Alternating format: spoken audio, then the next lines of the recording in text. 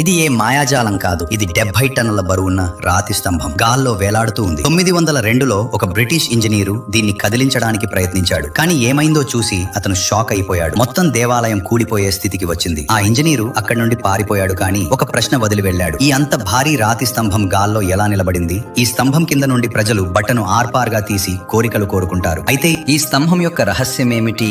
ఈ రహస్యం యొక్క మొదటి ఘట్టం మనల్ని రామాయణ కాలానికి తీసుకెళ్తుంది. ఇదే ఆ పవిత్ర భూమి. ఇక్కడే సీతమ్మను రావణుని నుండి రక్షించడానికి ప్రయత్నిస్తూ గాయపడిన జటాయువు తన చివరి శ్వాసతో పోరాడుతుండగా శ్రీరాముడు చూసి అతనికి మోక్షం ప్రసాదించాడు. అప్పుడే తెలుగులో లేపక్షి అన్నారు. ఆ దివ్య సంభాషణ నుంచే ఈ ప్రాంతానికి లేపాక్షి అనే పేరు వచ్చింది. కానీ ఆశ్చర్యం ఏమిటంటే ఈ దేవాలయం శ్రీరాముడిది కాదు, భోళా శంకరుని అత్యంత క్రోధమయమైన శక్తివంతం రూపమైన వీరభద్రుడికి అంకితం చేయబడింది. 16వ శతాబ్దంలో శివుని ఆ మహాశక్తి రూపాన్ని ఆరాధించేందుకు ఈ ఆలయం నిర్మించారు. దేవాలయం దగ్గరలోనే ఒకే రాతి గట్టును చెక్కి రూపొందించిన 27 అడుగుల పొడవు 15 అడుగుల ఎత్తుగల భారతదేశంలోని అతిపెద్ద నంది ఉంది. మరియు దేవాలయం లోపల మహోత్కృష్టమైన నాగలింగం ఒకే రాయితో చెక్కబడి ఉంది. దాని శిల్పులు కేవలం 1 గంటలోనే తీర్చిదిద్దారని అంటారు. ఇక్కడి దగ్గరలోనే ఉన్న విశాలమైన పాదముద్ర ఏ ఋతువులోనైనా రహస్యంగా నీటితో నిండి ఉంటుంది. ప్రజలు దీన్ని స్వయంగా శివుడి పాదంగా భావిస్తారు. శివ భక్తులందరూ కామెంట్ లో హర హర మహాదేవ్ తప్పకుండా రాయండి. మరిన్ని వీడియోల కోసం లైక్, సబ్స్క్రైబ్ చేయండి.